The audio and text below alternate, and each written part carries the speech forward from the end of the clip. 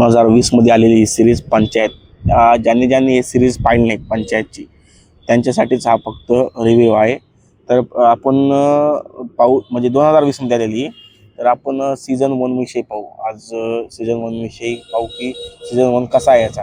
तर याच्यामध्ये मेन स्टारकास्टमध्ये जितेंद्र कुमार फुलेरा या गावात येतो. या गावात त्याला राजकीय, म्हणजे त्याची पदवी असते सचिवजीची ग्रामपंचायत फुलेऱ्यामध्ये.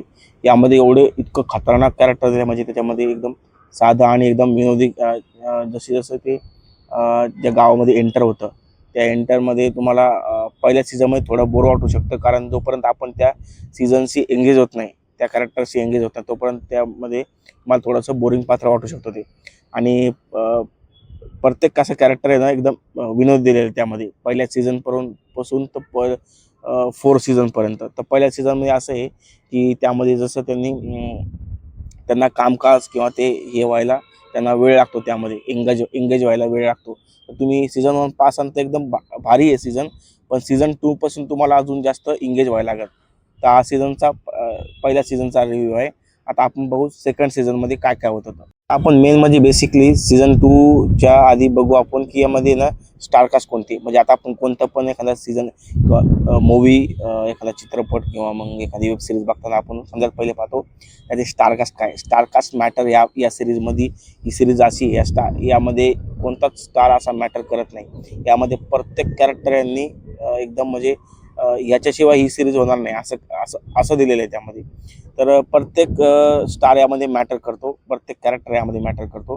तर सीझन 2 मध्ये थोडंसं एकदम भावनिक सीन दिलेले आहेत त्यामध्ये. ज्यावेळेस तुम्ही लास्टच्या एकदम आठेचा एपिसोड, आपले 8 एपिसोड टोटल सीझन 2 मध्ये. तर त्यामध्ये जो 7वा आणि 8वा तुम्हाला जो एपिसोड आहे त्यामध्ये एकदम इमोशनल दिलं जाईल, तुम्हाला एकदम इमोशनल केलं जाईल त्या एपिसोडमध्ये. आणि सीझन 3ची अजून एक्साइटमेंट वाढवली जाईल. तर त्यामध्ये तुम्ही सीझन 2 जेव्हा पासाल तेव्हा तुम्हाला लास्टचे 2 एपिसोड थोडे हार्ड जातील. आता बोलूया आपण सीझन 3 आणि सीझन 4च्या बाबतीमध्ये. तर सीझन 3 आणि सीझन 4 याच्यामध्ये राजकारणाचा टोटल विषय असणार आहे त्यामध्ये.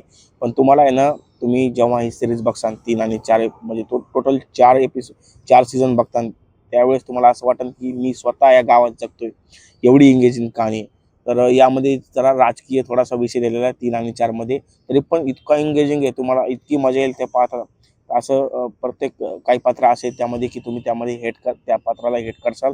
आणि काही पात्र असे त्यामध्ये की तुम्ही त्याला एवढं म्हणजे भरभरून प्रेम देसाल की तुम्ही समजा त्या गावात जगताय, ते कॅरेक्टर तुम्ही जगताय किंवा तुमच्या समोर अशी घटना घडते ती. तर मी अजून 5व्या सीझनची वाट पाहतोय. तुम्ही जर पाहिले असेल तर तुम्हाला कितपत ही आवडलेली सिरीज आहे, तुम्ही मला कमेंट बॉक्समध्ये सांगू शकता.